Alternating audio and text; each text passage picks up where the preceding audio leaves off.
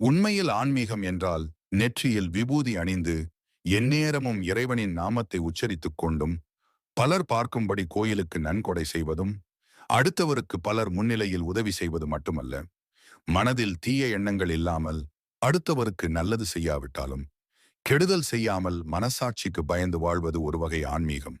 நீயாக இருக்கிறாய், இந்த உடலை நீயே வழிநடத்தி செல் என இறைவனிடம் சரணடைந்து விட்டு நமது கடமைகளை மிகச்சரியானதாக செய்வது ஒரு வகை ஆன்மீக வாழ்க்கை. நமக்கு ஏற்படும் நன்மைகளுக்கும் தீமைகளுக்கும் நாமே பொறுப்பு. அனைவரிடமும் அன்பாக பேசுதல், அனைவருக்கும் நன்மை செய்தல், அனைவரையும் மரியாதையுடன் நடத்துதல், எதற்குமே ஆசைப்படாமல் இருத்தல். நமது வலது கையில் செயல் திறமை உள்ளது. அதை மிகச் சரியாக செய்து உண்மையாக வாழ்ந்தால் இடது கையில் வெற்றி தானாகவே வந்து சேரும். இது ஒரு வகை ஆன்மீக வாழ்க்கை. இறைவனுக்கு நீங்கள் பிரசாதம் செய்து படையலிட்டு மிக பிரம்மாண்டமான பூஜை செய்ய வேண்டும் என்பதெல்லாம் இல்லை. அதை அவன் விரும்புவதும் இல்லை. அவன் விரும்புவதெல்லாம் ஒன்றே ஒன்றுதான். அதுதான் உண்மையான பக்தி.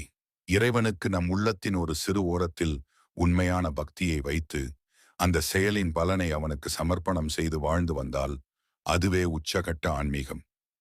கடவுள் அனைத்திலும் இல்லை, ஆனால் அனைத்துமே கடவுளாக இருக்கிறார் என்ற பழமொழி ஒன்று உண்டு. இதன் அடிப்படையில் இந்த உலக உயிர்களுக்கு உங்களால் இயன்ற உதவி செய்து அதற்கான பலனை எதிர்பார்க்காமல் வாழ்ந்து வந்தால் மிகச்சரியான பாதையில் இறைவனை நீங்கள் நெருங்கிக் கொண்டிருக்கிறீர்கள் என்று அர்த்தம்.